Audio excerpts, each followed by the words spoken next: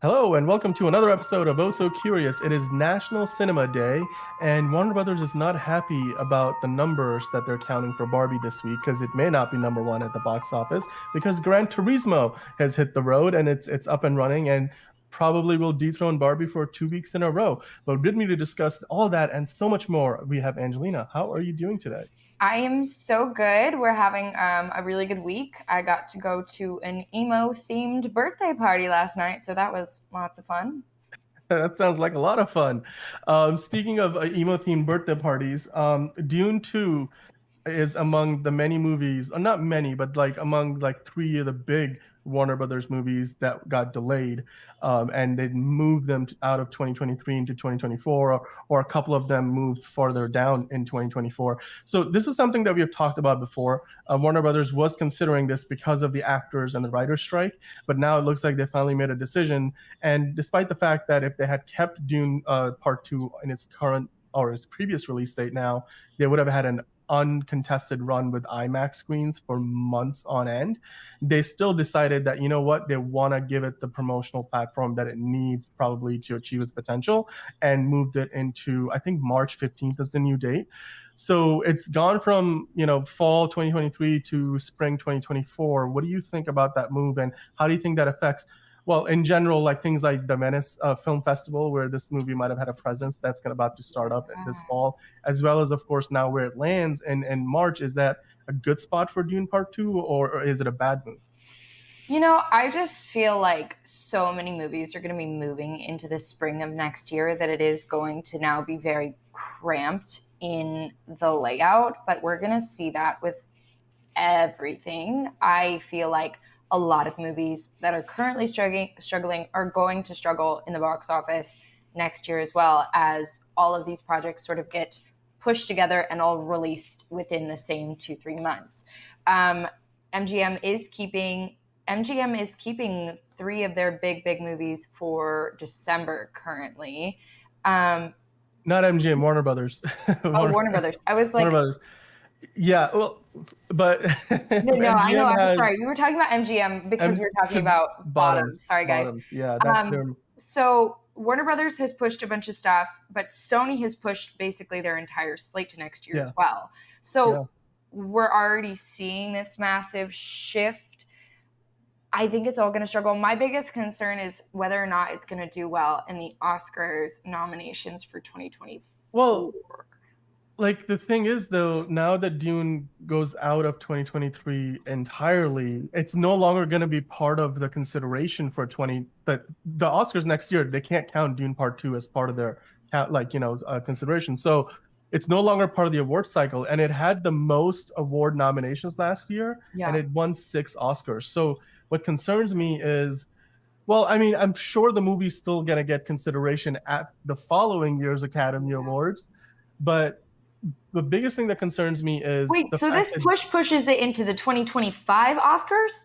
yeah, yeah, because it's no longer part of that cycle. Oh But no. No, no, it's, no. This is terrible. This yeah, is bad. This is bad. Sorry, guys. but you know what concerns me the most about these moves? Like, not only is it that they moved Dune to March, but they also moved Godzilla times Kong, the New Empire, the next Godzilla movie to April of next year, which I think previously was coming out in March. And then the next Lord of the Rings animated movie that Warner Brothers is doing is now going to be coming out in December. And that, like you mentioned, Sony moved Challengers from this year in September to April of next year. So there's all of these changes that are happening. Yeah. What concerns me the most about all of this is the fact that this indicates from the studio side that they don't anticipate these strikes ending anytime soon. Like, that's my big thing here is, are they moving these movies not just because they won't have the promotional platform without the actors, but are they also doing it because they think that the strike is going to go on longer and they need movies to fill out the calendar like during the pandemic, because any movie that was currently in production is going to take that much longer to finish production until the strikes end. Oh, that's a really good point. It sounds like the WGA was getting to a point where, they're actually finally back to the table discussing things with the AMPTP. It doesn't feel as much of like a dead end on both sides, which naturally is going to push the SAG. They are going to and fro. what I mean, they were scares throwing me jabs at about each other all week. So I yeah, don't know I how mean, well that's what going. scares me about that point you're making, Dan, is truly just that it kind of shows that the studios are preparing for the worst because they don't want to give, which is not good.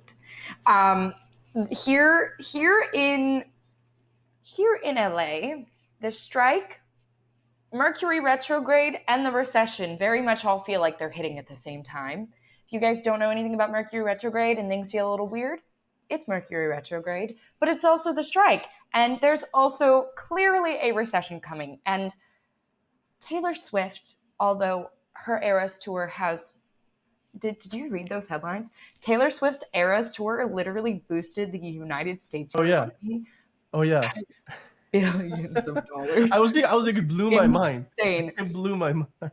Plus Barbie. So those two Right. things luckily are Barbenheimer, stimulating yeah. our economy, everybody. But And Beyonce's tour too. It was like Beyonce's tour, yeah. Taylor Swift's tour, and Barbenheimer pumped billions of dollars into the American economy, which is, I guess it makes sense when you're selling out like SoFi Stadium 2 nights in a row. Like, you know, how do you sell out like an 80,000 plus stadium 2 nights in a row on like one of maybe like dozens of dates? It's I mean, Taylor big Swift time and stuff. Beyonce, I can see it. I can see it. That's not surprising to me at all. But it is all starting to feel really stagnant over here. I mean, indie films are still going, but auditions are slowing down. You're seeing like a huge boost in there were a lot of commercials being pumped out. Auditions are slowing back down again. So I don't know. Things feel weird. Things feel weird over here. And LA is going to be so affected by everything happening with the strikes. Like our whole economy runs on the entertainment industry. That's why they kept it going through COVID, because without it, California is kind of at like a standstill. So I don't like your projections here, Dan. I'm hoping they don't come to fruition. I'm hoping the studios play nice and the SAG gets what they need, the WGA gets what they need, and we move on with our lives. I mean, hopefully, I mean, we're hoping for the best. The Barbie is still, you know, in the limelight. It's basically by Monday going to cross the threshold to become the highest grossing movie of the year. But at last check, it was sitting just under 20 million below Super Mario Brothers, and at current weekend projections, it's definitely going to go past that number. But the other movies that we talked about, like Warner Brothers didn't just move Dune to 2024. They decided to keep Aquaman 2 in December of this year. Also, Wonka and The Color Purple are also going to stay in December. Basically, on December 15th, you're going to get Wonka, December 20th, Aquaman 2, The Lost Kingdom, and then December 25th, on Christmas Day, getting The Color Purple. So Warner Brothers is like, you know what? You go into the movies this Christmas, you're going to have 3 movies from our studio, everything you could possibly want, and there couldn't be more different from each other. So there's definitely variety, and it looks like Warner Brothers making a big bet at the holiday season, because you don't have a lot of competition from Disney this year. They usually have a big movie coming out in December, and they don't really have one. So I think it's a good move. Like, what do you think about the idea that they did keep, like, Aquaman is a big one that they kept this year? Well, also, I mean, yeah, all of those are family movies. All of those sort of like fit with the time of Christmas, all of the holidays. It makes sense. And I always go see a movie with my family on Christmas Day or Christmas Eve. It's like just a part of our process. So I think that's like smart marketing in that sense. I also think that Killers of the Flower Moon and Oppenheimer have way more of a go at Oscars 2024 now that Dune has moved.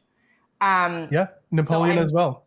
Yeah, I'm looking forward to that. It definitely leads a clear runway for all of these pictures during the awards like the award season.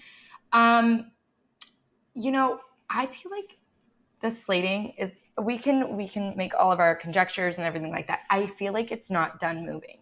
I think it's going to continue to shift and continue to move until the until the strikes have been finished. Yeah, I feel like some of those movies that they have left on the schedule for later this year in the winter months, they may be just waiting to see how things pan out, because I mean, for all the same reasons why you would move Dune, I would imagine you also want to move Aquaman 2, which is a Yeah. DC movie that could sorely use some good marketing behind it, because DC movies have been struggling of late. And then Wonka, like the relaunch of that whole franchise, it's another Timothée Chalamet movie. So like, why push one movie with him in it and not the other?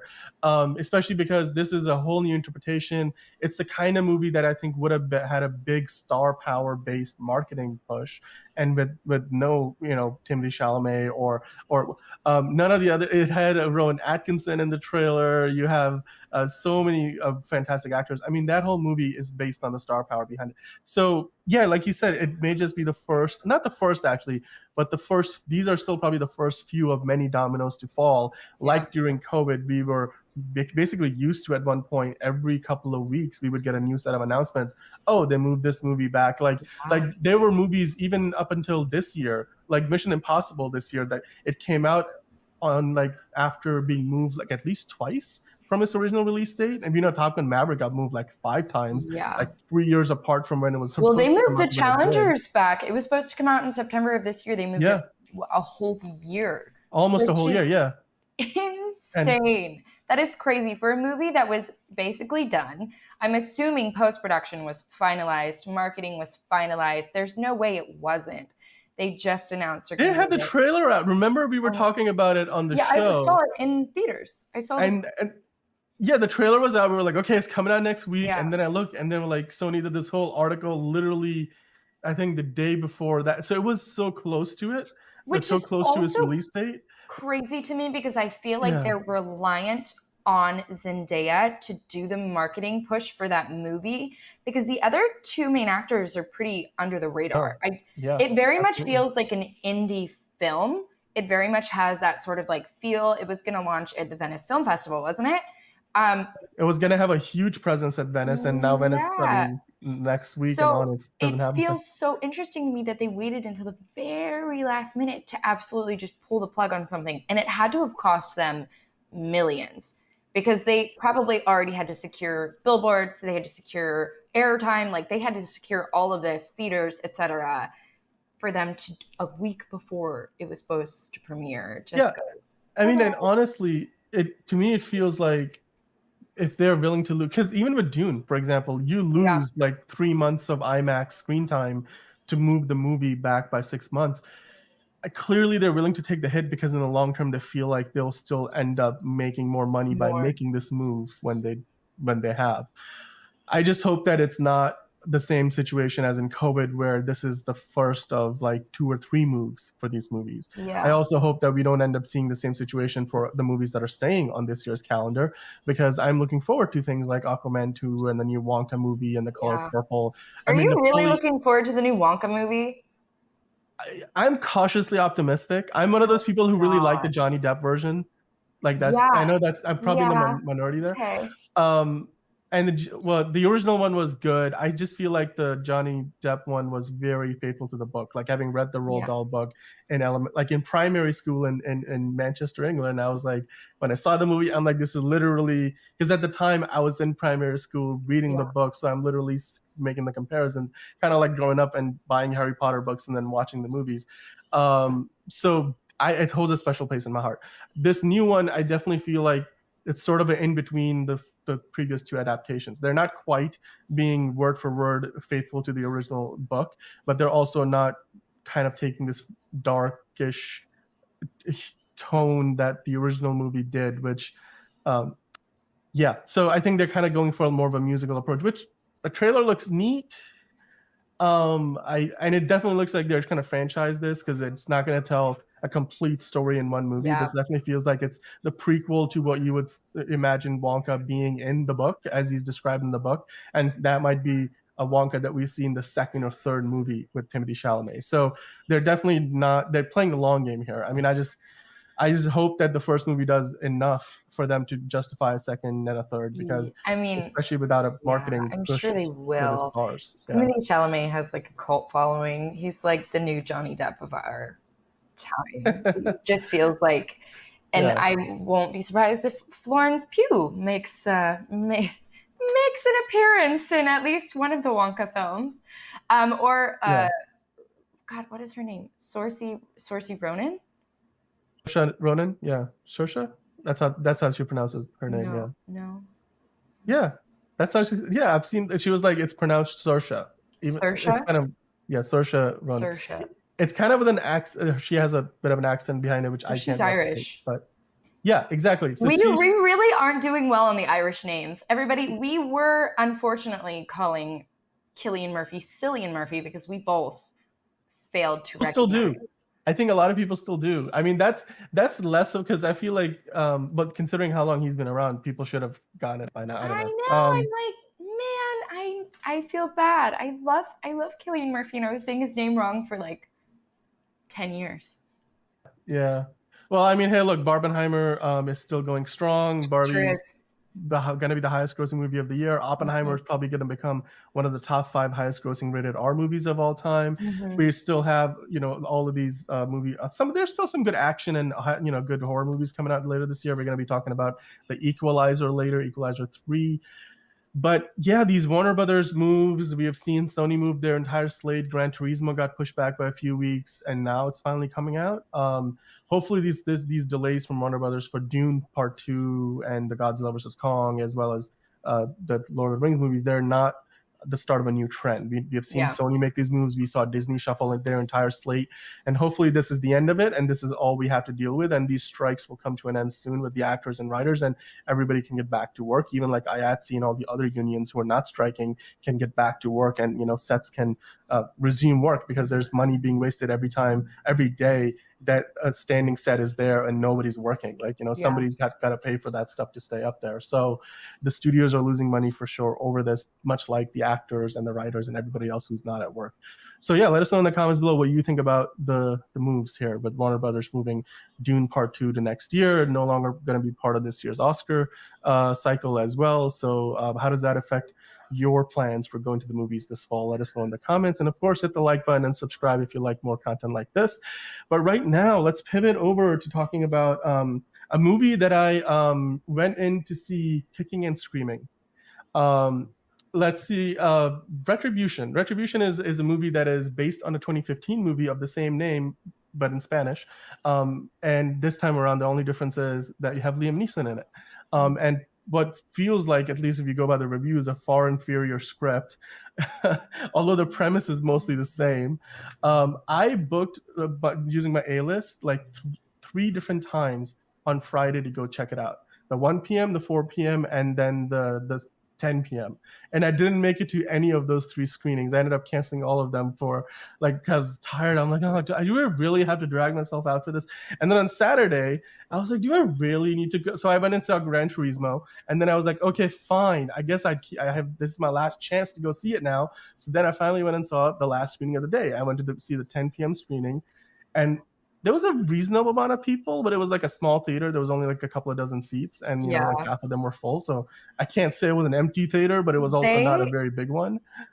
At Century City gave what I was calling Redemption, you guys. I screwed up the name. That's how bad this movie is. They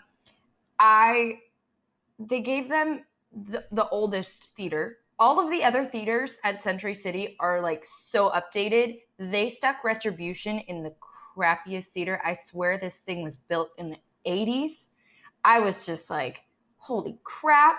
They were not offering any sort of fun IMAX or Dolby or anything. It was just laser screen at AMC with the oldest seats that I don't even want to know how many people have sat in.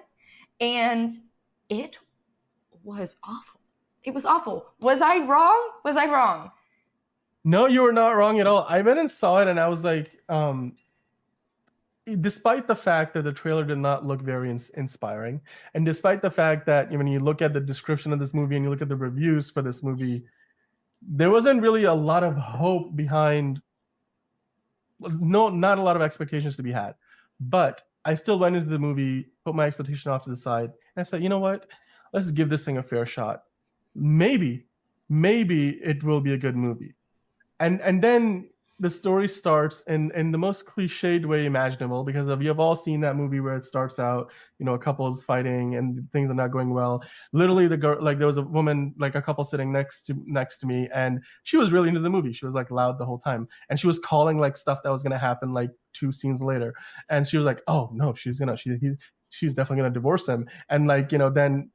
Liam Neeson's wife leaves the house, and of course the kids are all doing their own thing. You got the bratty teenager and the young dog, like all the cliches you can possibly imagine. And then lo and behold, like 5 scenes later, he calls up his wife when the whole bomb thing is going on, and his wife is at the divorce lawyer.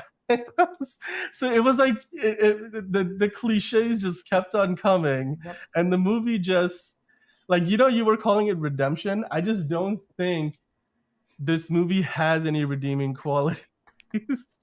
So, because especially then when you see the big villain twist at the end, Yeah, it was and really bad. I was like, I just even really? the acting was like Like, really cringy. The script was bad. The script was so awful.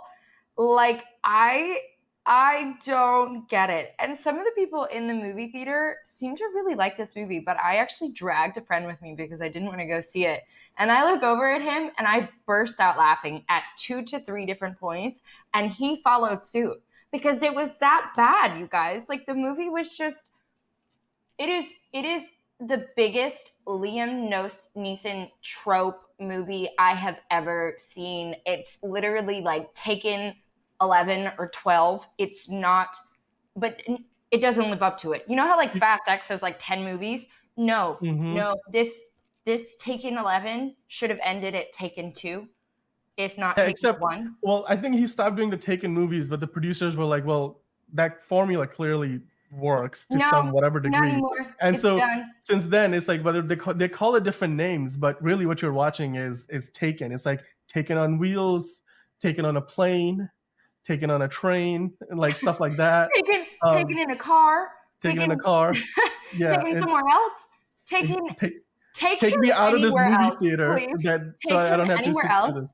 Yeah. Also, in what planet is a 71-year-old man a 16-year-old's father on a logical, real, grounded level? I am sorry, Liam Neeson is too old to be playing teenagers' dads now.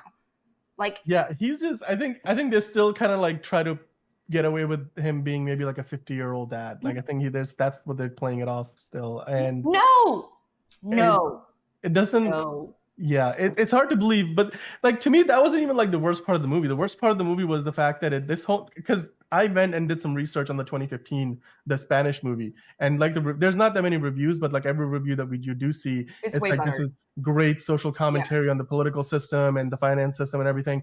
And the more I read about the original movie that this is based on, it very much felt like, and then watching this last night, Retribution with Liam Neeson feels like, if you looked at the film reel for the original Spanish movie and took a torchlight and then shunned the light through the film onto the wall, and you saw the shadow of that 2015 movie, that's basically what this 2023 They movie is, just where refilmed it with a new it's cast. like, no, because what I mean by that is it feels like a lesser version, where they kind of got the vanity aspects of the movie correct in terms of Yeah. remaking the original, but they really didn't grasp onto any of the deeper commentary that Well, the original movie had around honestly, society and I gender. really want to watch the original movie because even the script sounds, honest to God, like they ran it through Google Translate and Right. failed to like Exactly. That's another great way of putting it. Yeah, yeah, yeah. It's like like they the missed all the script nuance of what the is, story was trying to say. oh my gosh, like you know Yeah. when you're like trying to look something up in a foreign country and you're like you show it to people and they're laughing because they're like that's not what you mean. Oh, that's what this felt like. Like it felt like nobody came on deck to ensure that the storyline had any sort of grounding, any sort of commentary. It just was bad. Also, why is a very American family, very American, living in Sense. Germany, in Didn't make any. Germany, the Yeah. kids have no accent. They've been living in Germany. He's been working for that company for 18 years. His kids are very American. No, no, no, no, no, no. Oh, and then the cop lady like was also had an American accent. But like she's It's from Europol, like which still, but like it was the weirdest. And then the his partner, like who, spoiler alert, ends up being the villain at the end. Didn't have an. It was the weirdest thing about this movie was like, why is this set in Germany when everything else about this movie is American? yeah, Like it didn't it make any didn't make sense. because like they'd made no effort to justify that. Like they not even like a line of Do reference you think it was to just cheaper for them to film in Germany, or they just probably. felt bad I about just moving because a no. Spanish like thriller to America? Like I don't No, I get think it. no, because there's nothing about this movie that had anything to do with geography whatsoever. Like literally nothing. You could have easily set this thing in New York or LA or I feel Louisiana, like like it would have made more anywhere sense. in the world. Like this, the Greedy story was so generic. Americans. That is Yeah, like such a good trope you could have like played into. Capitalism gone wrong. Wall Street banker gone wrong. It all would have yeah. made so much more It sense if w- it wasn't. exactly, and there would have been more weight to the story that way than. But I think the reason why they probably did it is probably to do with like maybe where the money for this movie came from, like the producers, and then so maybe like that was part of the deal was to kind of make this more of a European thing. But So get then you should a go get a German European actor cast. to Yeah, do it. Get someone else. but Why do you but I say bet you most German actors won't make as much money as Liam Neeson with on the marquee. So, and Liam Neeson probably doesn't even I speak any German. So. I will not go see another Liam Neeson movie ever again. Ever again. That's how bad this movie was. Like it was so awful. And It's yeah. I just I The did you floored. the logic behind the whole phone and then the masked voice? Remember, like he's sitting in the backseat and he's like he kind of takes Liam Neeson's voice and he runs it through the filter and makes it sound like he in the phone voice was saying "I will kill you" kind of thing. It was It just was like a this. bad Scream reboot. No, look, when I was watching this movie, this is what I was thinking. I was thinking like somebody like in a college screenwriting class got an assignment to take the script from the original movie and then adapt it to their own version or translate it into English. And so you saw every like amateur mistake from badly written dialogue to just getting all the I've been in action better beats right, student but none films. of the nuance and subtext right, to making like hokey villain characters, to having really no depth whatsoever to any characters beyond the ones in the car with like the dad, because really even the wife, we barely got any depth. Everything was connected. The most we got out of it was, oh, she's not happy, she wants a divorce, and then we're still meant to like her because she cares about the kids. The only characters that I truly cared about were the two kids and then Liam Neeson's character, because we spent most of the movie with I them.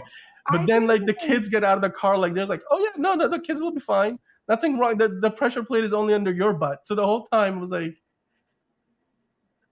so he could have let the kids out at any given point in time. yeah. And then the explanation for that was, oh, the villain is like, oh, you know what I did when this happened. Again, this is like that student logic. Oh shit, like he has to justify why the kids were there, which is not planned. And so write dialogue where, you know what I did? I adjusted, I adapted. I did not just I roll over and honestly change my plan. I was feel like, like I want to create like a parody skit of one of these scenes where I play every single one of the characters and just use the actual dialogue of this movie yeah, because like the it would movie be pitch. Yeah, so ridiculous and so hilarious. And I feel like people need to fully understand that this whole movie was not only a waste of money to produce, it was a waste of my time to go see. It was so bad. So bad. I don't know if I've yeah. seen a worse movie in the last like honestly, I And don't. and even the way that like the with the car kind of like he's like, okay, I'm gonna, this is what a desperate man does. And I what wonder does how a much money desperate they man spent on those do? explosions because the Yeah, explosions were the only thing in that movie that were actually kind of like A1. they looked I was real, like, they cool. looked practically done. I was like, okay, that's probably where the money, again, like the college student logic of get the If you flash and bang blow right. shit up, it'll Yeah, yeah, sell. exactly. Let's go.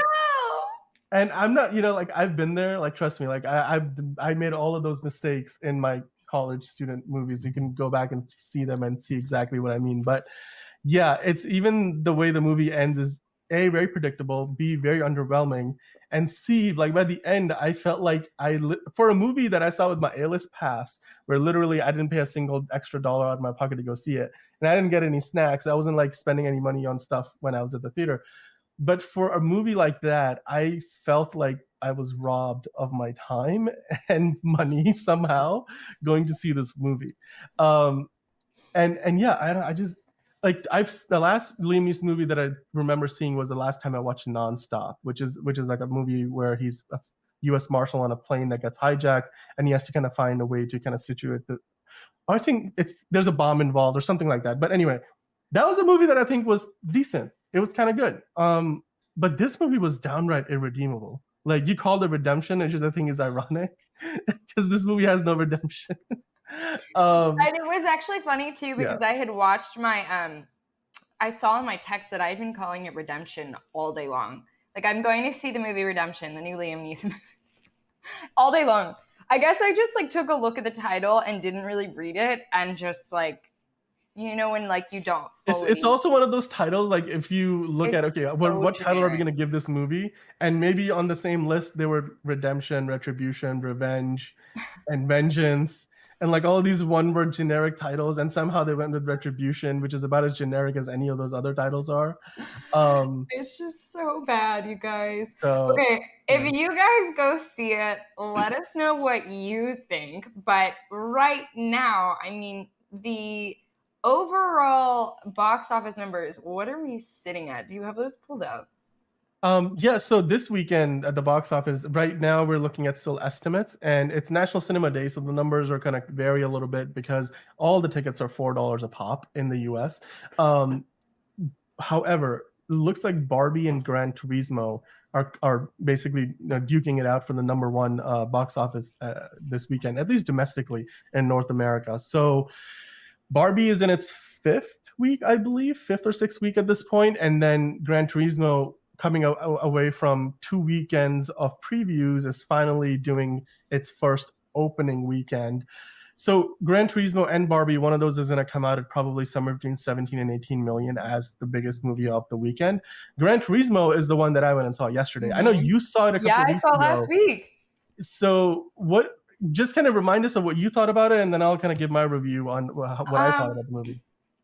Obviously, so Orlando Bloom was my least favorite part about that movie. As I said last week, which is so sad for me because I was a big Orlando Bloom fan growing up.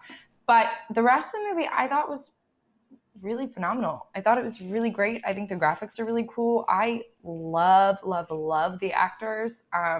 David Harbour obviously is really incredible. David Harbour, you stick him in anything and I will go see it because he is just. He's got the He's charisma. so gravitating. Like he's such a good actor. He has so many moments, so many beats that are just so brilliant in this movie.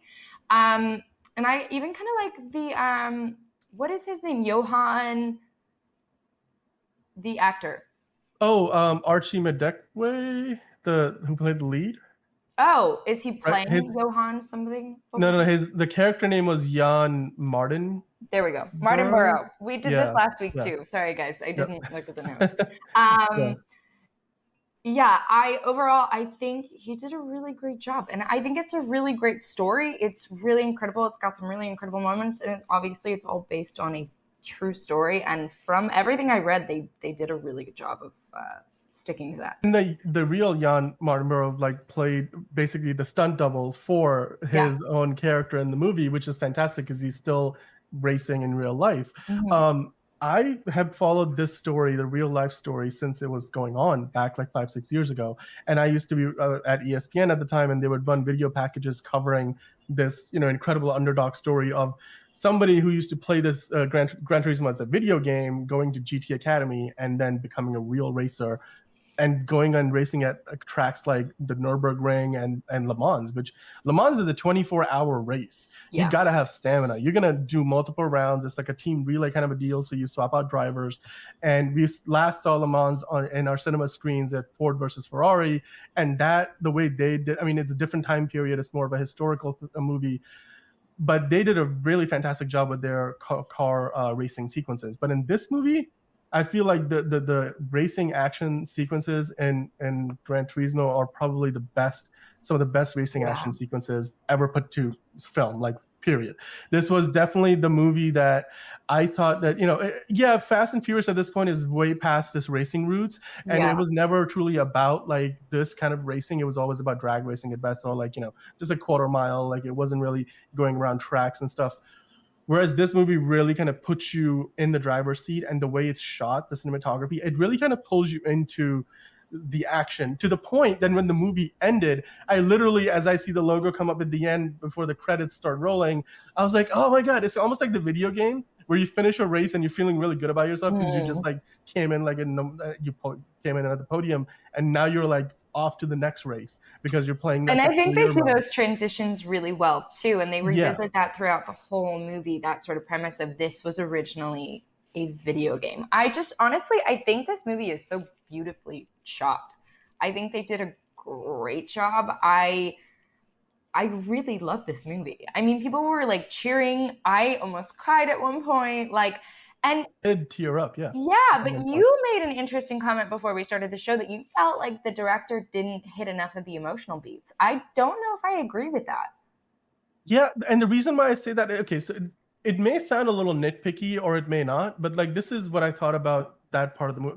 Like you said, the action, the cinematography, the visuals of this film are fantastic. And some of the creative use of visual effects with, showing the car and like how the main character is thinking about the, because literally they kind of put you in his mind by showing what he's thinking in his head Yeah. and how he connects to racing as, as his philosophy, and how he uses his experience with the game and his real life racing events that he goes to. But I feel like the beginning of the movie was very heavily focused on his character and his family and his environment that he's growing up in, and they set up a lot of really good character motivation through that, and some good family dynamics, whether it was between Yeah. him and his dad, which I think was the strongest relationship, Mhm. between him and his mother, and then his to be girlfriend down the road, and his brother and everything. And those were some of the more poignant moments of the movie. And then once we got into the racing part, it felt like they completely sidelined the family aspect of it up until the big accident. And even then, it was sort of only just creeping back in. And it felt like once David Harbour's character came in, the relationship between him and Archie Madekwe's character was the focal point of the whole movie. And don't get me wrong, David Harbour is the best part of this film. Orlando Bloom was fun to see on screen. His character was kind of like the one that just sort of like, okay, it's so nice you're gonna bounce off of, but really David Harbour was the heart of this movie. Yeah. However, then for them to kind of come back to the almost abruptly towards like the Le Mans race, and then his Djimon Hounsou does a fantastic job, and that father-son scene is probably the most poignant father-son scene I've seen on camera But in a you know long what, Dan? time, and I I teared up. think But it felt uneven. Like those emotional beats mm-mm. kind of felt uneven for me throughout. Like it just when it was a real high, and then like the one element completely disappeared, they replaced it with something else, and then they were like, oh yeah, the family's still here. And I'm just thinking from a real life perspective. I disagree with you. In a real life perspective, I think it's very, very honest because as someone who has moved away from my family to chase my dreams, my family is not my focal point. I'm very alone, very much of the time. And I very much am in this on my own with people who help me within the industry. And I think you coming from like more, from just from what I know about like your cultural background, you and your family are really close. For a lot of people who do this kind of like, I'm just comparing like the performance aspect. And I think they followed the real life sort of path of the racer. He literally moved away to chase his dreams against his family's wishes. He very much isolated himself, whether that was his choice or not, in order to do something that he wanted to do. And I very much feel like that sort of those relationships are very realistic because sometimes when you're doing all of this crazy stuff out in the world, it doesn't your family is not the focal point anymore. And I feel like that's a story that's not told as often because maybe It's it makes him seem a little more heartless, but I feel like it's very realistic. I do agree with your take on that, Yeah. in the sense that maybe that's what they were going for, most likely, and in that sense, it was grounded and realistic and different. But from just like a storytelling perspective, I felt like the emotional elements of it felt a bit uneven at times because just from just like a screenwriting perspective and those kind of things, it just felt like the emotional what they were setting up in the beginning, then they just kind of put it on the back burner until they did what felt like an abrupt payoff, and then we just kind of I just felt like a different director might have married those two sides of the equation more poetically, and I realized that might be taking stuff that didn't actually happen and maybe like kind of Hollywoodizing it a little bit. But I However, prefer hear a me real out. take on it than a No, Hollywood take on it. but think Yeah. about it this way. And look, I'm not saying that you're wrong in what you're saying. I'm just saying look in terms of my perspective here is you look at the Apollo 13 movie and Tom Hanks said, like famous line, Houston, we have a problem. In real life, nobody ever said Houston, we have a problem. It was some variation of that, but that's not the line that they said in real life when Apollo 13 was in a lot of trouble.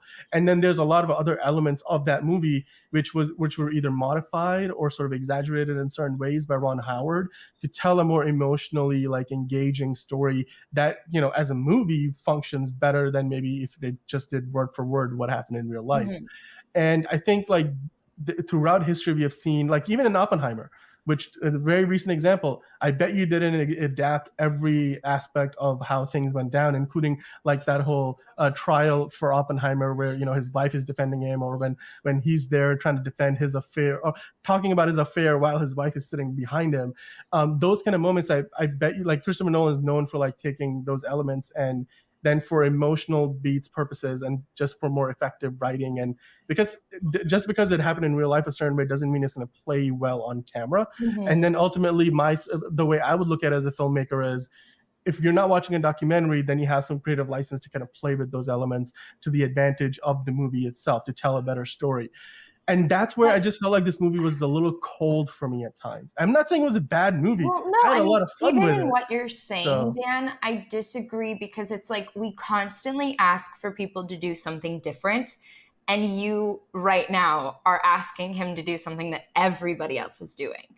So it's like in that aspect too, I'm like, I feel like they hit it enough. I'm sure it was still Hollywoodized in a lot of different ways without having a documentary. by the way, when he's like, you have to make observations of the racetrack from a chopper, and he's like, I would never do that in real life. Like, are you kidding me? And then and then later on throughout like the racing sequences, there's clearly that helicopter shot of just roving over the tracks as they're racing. So they did do some of that. So yeah, I'll give them props. It's just like on this one, I think we have to agree to disagree. I just feel like, I'm sure they had to change a lot of things.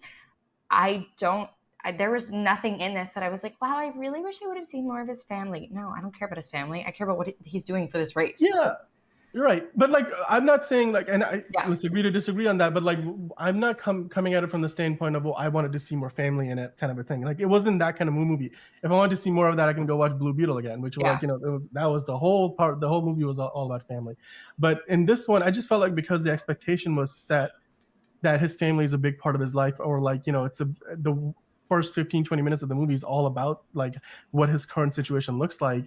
I just felt like then for them to completely like disappear, like really after that initial sequence, I think the first time we saw his mom and dad was when like he was doing his like second or third big race, and then you see them watching him on and it was the one where he gets into the accident. So it felt almost like, oh wait, why? Because in hindsight now I'm thinking, oh, so they showed his family there because then he could show the reaction by the family, but didn't matter because I bet you his family was cheering him on for every other race before that. I don't think they were. Because like watching him on they set up the expectation too. When he called and said, hey, I won, his mom was like, oh, that's great. And his dad was like, no, but there was then a bunch of other races that he was, he came in before he got his license. There were only 2 or 3 others. So and he was like, remember it took him 6. Phone, they were calling and stuff like that. Like, I feel like they weren't talking. That's the way it came off. Yeah. Although I don't know if that's, I don't know. Okay, well, I just felt like that's one of those things with Neil Blomkamp movies in general, though, that I've noticed that his emotional beats tend to be a little uneven with his work. Whether it's Chappie, District 9 did not need a lot of that. it worked just because the story in general was so, this premise was so strong, and the story structure really did a lot of the work for you. Whereas everything that he's done since District 9, whether it's Elysium, which also very strong emotional grounding to begin with, but then once the movie really picks up and the action beats start hitting, you sort of lose that in favor of just, here's a fight sequence, this is a mission, blah, blah, blah, blah, blah. And then we finally get a return to the emotional beat towards the end. So I just feel like as a filmmaker, he still hasn't quite mastered like balancing out everything throughout the whole narrative. Yeah. And in this movie, like, it's not like the emotional beats weren't there. I just felt like, to be quite frank, if it was a lesser actor than David Harbour in his role in this movie, I think like all the emotional beats we did get throughout the second act wouldn't have been as good, because David Harbour really like carried his role and did, I think, a lot more with his lines. I think and David everything Harbour than carried this a lesser movie actor would have. 1000%. Because the main lead agree is with not you there. that charismatic. It's although maybe he's playing the character that's not that charismatic, but he just didn't give off those vibes. Also, like, you know, when they set up the whole, oh, he's not media ready whatsoever, and then it was meant to be, they played it off like a few times to the point where it seemed like at one point he was almost not chosen for that reason. Yeah. And then it became like a non-issue like that, and it was never addressed. I was like, I thought that was going to be a bigger problem, and then it wasn't. Like, and it just became like, oh, you know, like, he's got no more questions, please. And then one other time, and they just forgot about it from then on. So, like, that's where I mean, like, there was some inconsistencies, like, with the way the writing of this movie is. But when you put that to the side and you look at the action, you look at the general story, you look at the character work for David Harbour's character, that scene with his dad where they're crying and he's like, I'm here to support you, son. And then everything that happened in the third act and the triumphant moment at the end. Yeah, I mean, you know, if the movie leaves you wanting more at the end, and that's more than what most people would be able to say about their work. And I think that's the best thing you can ask for from an audience, is that they want more of your movie when the credits roll. So, well, also this is his first movie in quite a while. If you guys go see Gran Turismo, let us know what you think. I mean, remember to like, share, subscribe, comment. Have you seen Gran Turismo, or are you still watching Barbie? What's going on out there? Okay, so let's talk about the MCU again. The question today is, who are the Avengers, like, post-Endgame? Who's on the Avengers team? We know that the original 6, half of them are gone. Black Widow and Tony Stark are no longer with us. And for all intents and purposes, Captain America, Steve Rogers, is no longer with us. So we already lost half the team. Hawkeye's kind of retired. He, you know, we saw in the Hawkeye TV series on Disney Plus that he's kind of hard of hearing now. He's sort of not quite what he used to be, and you know, so he's maybe passing the torch to the new Hawkeye, played by Haley Steinfeld, and then with Hulk, he's got a son now, but you know, he's spending time at family barbecues. He's not really smashing things much anymore. He's also got a cousin who can probably do the job just as well. And then who else does that leave? Is there? Oh yeah, Thor. Thor's got a dog. She-Hulk was so bad. I will be so upset if they bring her into the Avengers fold. Oh my god, that was a bad. Yeah, it was.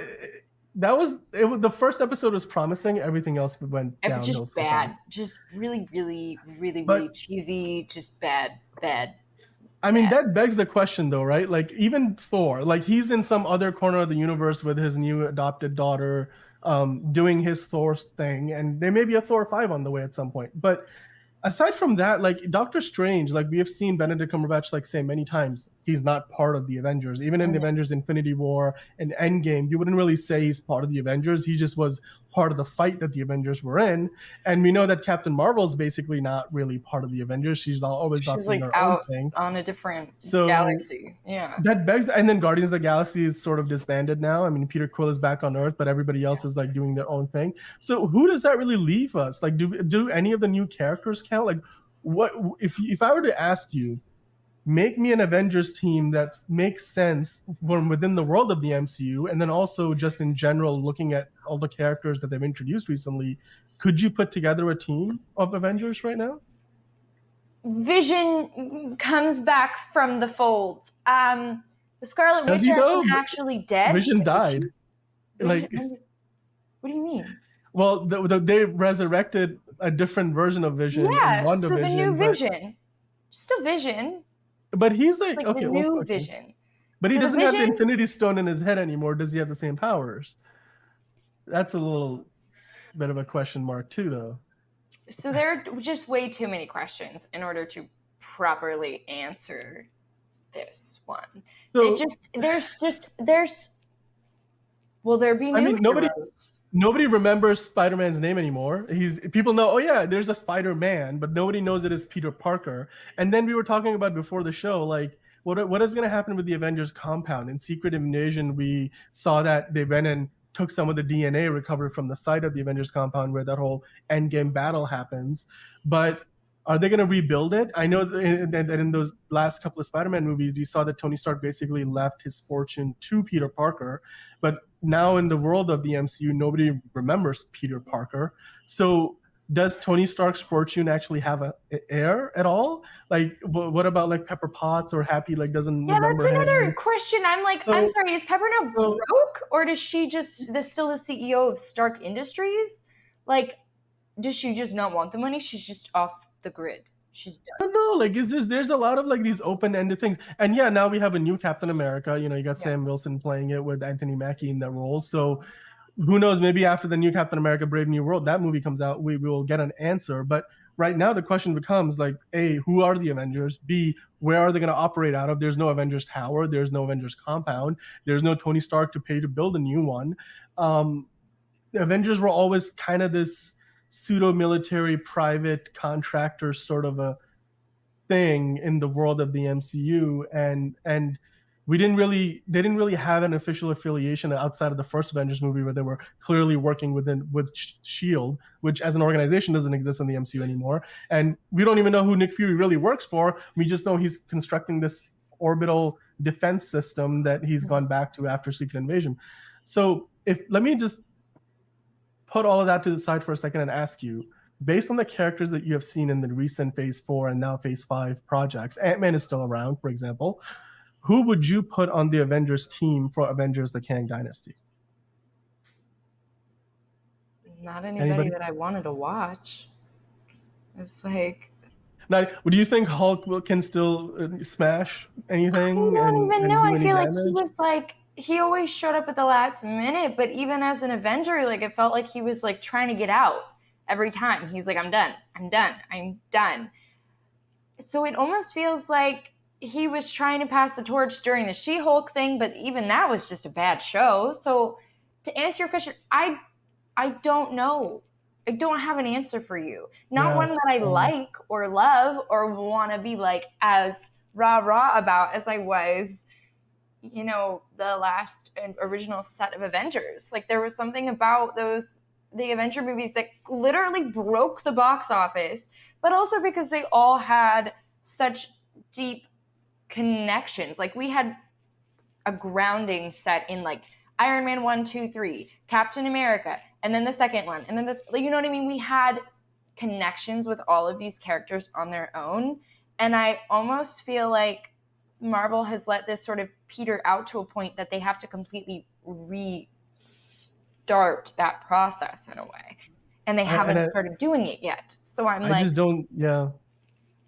All these characters that they've introduced also, none of them quite feel like they would naturally kind of get integrated into an Avengers. Because the Avengers, like once the first Avengers movie happened, like in Avengers Age of Ultron, they had all these new recruits that they introduced, like Vision and Wanda, and I think they had Falcon and even so they were adding these characters, but it just doesn't seem like there is that cohesiveness anymore. Who's gonna go out and recruit these people? Who's gonna kind of like what's the reason for them even coming together other than Kang, which seems like half of them have already beaten Kang anyway, so they're like, what's new about that? So anyway, I just think it's another reason why I think people are worried about the MCU, and the MCU is kind of in this weird type like Twilight Zone of its own creation. So yeah, I just hope that we sooner than later find out who our Avengers are going to be, because I think that will help people kind of focus like, what do we pay attention to? Do I need to watch this next MCU show that's coming out? Is this next movie going to make any sense? Is the new Marvels movie going to have anything to do with the next Avengers movie? Like, we just don't know, and that connective tissue is missing. And that's a lot of how people in the past used to put their Avengers fantasy lineups together and all that stuff. So yeah, I mean, let us know in the comments below. What do you guys think? Are we going to get a team of Avengers sooner than later? Are we going to get some answers maybe in the new Captain America movie? Or anything? Are we gonna have a new Avengers Are we getting HQ? anything? Will they have a floating tower in space like the Justice League in the animated show where they hang out now because Avengers compound got destroyed? Anyway, so let's switch our focus to the DCU for a second. This week we got an announcement from Warner Brothers Home Entertainment that they're going to be releasing the Zack Snyder trilogy on Blu-ray. Now, this is a trilogy of movies that Zack Snyder worked on, from Man of Steel to Batman vs. Superman, the Ultimate Edition, which includes 30 extra minutes of footage that was cut out of the theatrical cut, which clearly Zack Snyder wanted to leave in there. So his version is like the Ultimate Edition. And then, of course, we have the Snyder cut of Justice League, Zack Snyder's Justice League, and its original 4:3 format, like not the one we got in theatrical in 2017, but the one we got in HBO Max in 2021. All three of these movies are getting packaged together for the first time in like a collector's edition for people to buy, and pre-orders are now on Amazon. They're already live. You can pre-order it, and I think they released this trilogy on October 3rd. So this is the first time they sort of put those three specific versions of the movie together in a collection, whereas in the past we have always gotten like the official versions, like the theatrical version of Justice League and the theatrical version of Batman Superman and then Man of Steel. So in a week where Blue Beetle has had a 61% drop from its opening weekend, while lower than The Flash and Shazam 2, considering where it started, 61% drop means is now in single digits in terms of millions of dollars, and that movie is probably not going to make his budget back, and it's going to be probably the third or fourth movie in a row that's going to barely make its budget, if not at all, like it's going to be in the red.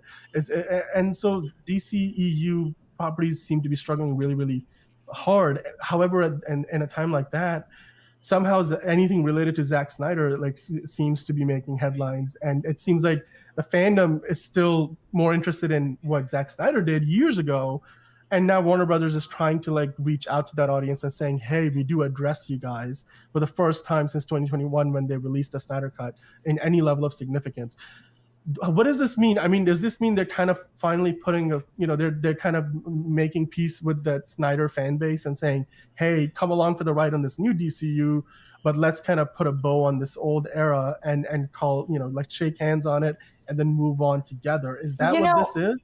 I don't know if I can speak to this, Dan. I know you're the DCU daily man. I feel like I wasn't really around for the drama. Like, can you just give like a brief recap on what happened with Zack Snyder? Like, it feels like I always hear sort of like tidbits of there was a lot of drama and Warner Brothers did Zack Snyder dirty, but like, I don't know what happened. They basically panicked after Batman vs. Superman. Like, remember I mentioned like there's two versions of that movie. There's the Ultimate Edition. The one we got in theaters has 30 minutes removed from it, which for a movie that had a very complex plot and a lot of subplots, that's a lot of time to remove. 30 minutes. And those 30 minutes, like when you look at the version, the Ultimate Edition with all that information in there, it gave you way more context and it really fleshed out a lot of the movie's nuances. And it really felt like that was a very late cut that was clearly made by the studio because all the effects were done and everything made sense. It wasn't like they did any reshoots to cut around all that information that they left out. They just simply cut it out of the theatrical version. So they already made some mistakes there, and then Batman v Superman underperformed. And one of the reasons was because people were like, it's too convoluted, there's way too much going on, it's too dark. And I thought the Ultimate Edition kind of helped solve some of those problems, not all the problems. Like, it was still a dark movie. Superman still dies at the end. But, like, I think people understood a much more complete narrative with those 30 minutes included. And a runtime that without the 30 minutes was 2.5 hours. I think, we've seen Avengers movies that are 3 hours. And you can clearly put one out. But from then to right around that time that movie was out in theaters, they were producing the Justice League movie. And Zack Snyder, like, basically it was already working on the film and in production. So it wasn't like they were pre-production. They were well into production on the film. And Warner Brothers panicked and they decided, okay, we can't let you just have carte blanche with this franchise anymore. And so they decided like to give him extensive notes that, okay, lighten the mood up, change this, change that. Around that time, one of Zack Snyder's daughters committed suicide. And so his personal life just became, like, you can imagine, like a living hell for a parent losing their Yeah. child. And so he just lost the will to like fight back against the studio interference as a creator, which is something that happens. A lot of directors, Yeah. it's a back and forth and you find the balance, but it seemed like he was fighting a losing battle and he just didn't have the will to do it anymore. So he steps away from the project. And then Warner Brothers still wanted to release the movie in its original uh, release time, which was November of 2017, because then all the executives could get their bonuses for the end of the year. And so they brought in Joss Whedon, who's a very different filmmaker. So like he has to try to adapt this what was already pretty far along with Zack Snyder. The movie was already mostly shot, and then from there they basically decided that we're gonna rewrite this whole movie and then reshoot half of it or more than half of it, and they did. And so the I version do vaguely remember. Okay, I do vaguely remember very reports about different. this. So Yeah, ultimately, like Zack Snyder, it just felt like he got screwed out of his own movie. movie. And then in 2021, they finally gave him like $70 million to go back and complete his version of the film, which was already mostly shot. They had to Mhm. finish a lot of visual effects, and then they did some additional photography. But yeah, it just felt like Zack Snyder ultimately went from having like carte blanche with Man of Steel and then And Batman v just kind of Superman, got pushed out. Yeah. completely pushed out. And yeah, like people like his version of the stories better than the ones that Warner Brothers put out Yeah, with all of their notes and I see. interference. So I just feel like now there's some more reconciliation that's being done here. Because what they But don't want to also have happen probably is all because that Man of baggage. Steel did way better than any of the recent People don't give it enough DC. credit. They Like did, I it liked made that like movie. $700 million. It did It way better than the Yeah, ones that have been coming out lately. yeah, So way better. It made like over $500 million, which a yeah, DC movie hasn't done since Aquaman did it in 2018. So so um, crazy. but it's, to me, what this is basically Warner Brothers saying, look, we're gonna launch this reboot of the DCU, and all of these news stories are gonna be out there. What we don't want to have happen is all this negative press where we keep getting these hashtags or restore the Mhm. Snyderverse and everything. So here you guys go. There's a collector's edition. Let's put a period on this era with Zack Snyder, and let's move beyond it together. So it's almost like they're reaching out with their hand and a line and saying, let's be friends. You love DC, we love DC. Let's move forward together in a new direction. They're olive branching it. That's definitely what it sounds like. Yeah. And I'm hoping that's. I mean, I'm sure it's gonna do But well is it a because hint towards maybe them asking Zack Snyder to come back in the future? Is that what you're yeah, hoping for? I don't know. I don't know. I don't. I would think that it'd be misconstruing what's What's going on happening? to say that this means that Zack Snyder's coming. Because when you look at it, the Rebel Moon trailer just dropped. That's a two-part movie that's meant to be a whole franchise. Mhm. He's got a deal with Netflix that's not going to end anytime soon. And it's not a deal that forbids him from doing anything for another studio. But I just don't think Zack Snyder's going to be free enough. He's not going to have enough time on his schedule to go and direct. I mean, maybe they can build something into their schedule years from now, but Yeah. I just don't think anytime soon in the next couple of years we will see anything from Zack Snyder that's DC related. And certainly you also got to imagine he's got to have interest in the project. Warner Brothers Mhm. can come to him Sure. with 10 ideas and he maybe, I don't care about any of them. And I just want to do what I'm doing at Netflix, where I'm working on stuff that I've created and not a property where you're going to like give me 1,000 notes and make me change my vision. Mhm. So Zack Snyder is a very altruistic filmmaker. So I do believe that maybe one day we will see him back in the world of DC movies, but I just don't think that's happening anytime soon. This feels DC like definitely needs to do they're something putting a very period. quickly, you guys. Yeah. The DC, the last 5 movies have tanked. 5, right? Yeah. Black Adam, Flash, Shazam 2, now Blue Beetle, I liked The Flash. That's what's the crazy. Suicide Squad. Yeah, Yeah. last 7 movies have basically tanked. it's well, well, not counting the Batman and Joker, which both made a shit ton of money, Yeah. is a technical term. Joker 2 is still slated to come out this year, isn't it? 2024, next Oh, year. okay. It's the Okay. only DC movie on the slate for next year, unless Aquaman 2 gets moved. But Mm-hmm. that movie, it looks. I mean, Lady Gaga's in it. All the images that keep coming out look fantastic. So I can't wait to see that. Maybe Joaquin Phoenix will snag another Oscar for his Yeah. performance. Maybe Lady Gaga will get an Oscar nomination for her performance. Who knows? But yeah, let us know in the comments below, guys. Like, is this is this something that's like an olive branch from Warner Brothers to the fans of Zack Snyder's vision, or is this a hint that maybe there's more to come here, and maybe Zack Snyder will make a return, a triumphant return to DC movies, and somehow kick James Gunn off his perch? Which I really don't think this is that's what's going on here. But let us know in the comments what you guys think. All right, so let's now finish the show off. We're going to talk about what's coming out this week.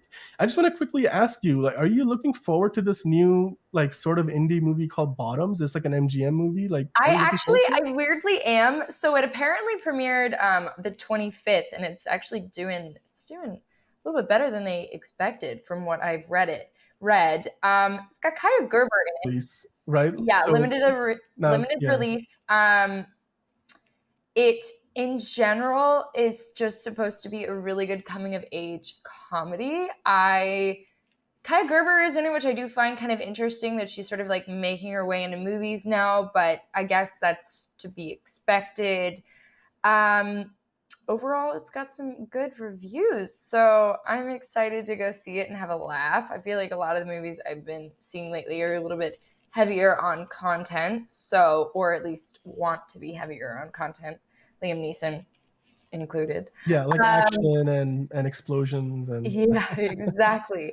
But the Equalizer 3 is coming out this week too, so I know we're gonna go see that one. How are you feeling? I love me some Denzel Washington. I'm the previews for this movie. I've been looking forward to the Equalizer 3 since they announced they were doing Equalizer 3. I love the first two Equalizer movies. Denzel Washington is a Hollywood treasure that every time he does action, it's a fantastic watch. I loved him in Two Guns. I mean, Pedro Pascal is great in, I think, one of the two previous Equalizers. Antoine Fuqua is one of the best action directors working in the business today. And every time you see a movie with him, whether it's the Olympus Has Fallen series with Gerard Butler and Morgan Freeman, or any of these Equalizer movies, it's just a solid combination. And is it Elle Fanning or Dakota Fanning? One of the Fanning sisters is in this. It's Dakota. She was in the original one with Denzel. Yeah, so it's kind of like a full circle moment with, and there was a lot of good press around that too. So I'm looking forward to this movie for many reasons, because Denzel Washington is a fantastic actor. Yes. His style of action is very unique to him alone.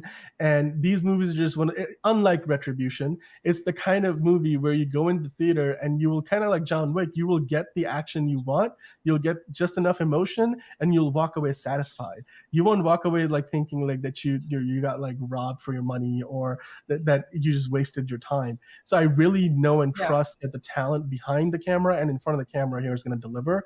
And the trailers looked fantastic. So it just, keeps the hype going for me. Yeah, I'm looking forward to it. All right, so you guys let us know, what are you going to see this week? Are you going to be watching Equalizer 3? Are you Denzel fans? If you're not a Denzel fan, maybe don't comment, because I will not stand for that. But yeah, it's been nice talking to you, Dan. Absolutely, and it's National Cinema Day still, so guys, go check out the movies. All the tickets are $4. Go check out Barbie, go check out Oppenheimer, go check out Teenage Mutant Ninja Turtles, or if you want to go see Blue Beetle, if you want to go see Gran Turismo, there is so much variety out there. And of course, if you're not going to go see it today, you have a whole week ahead of you to go see movies. Go check out your favorite movies at the box office, and then come back and tell us what you thought about them. And we will see you next weekend talking about the Equalizer as well as Bottoms, and who knows what else. I'm sure there will be other news that we can talk about. But until then, have a fantastic week ahead, everybody, and we will talk to you next time. Bye.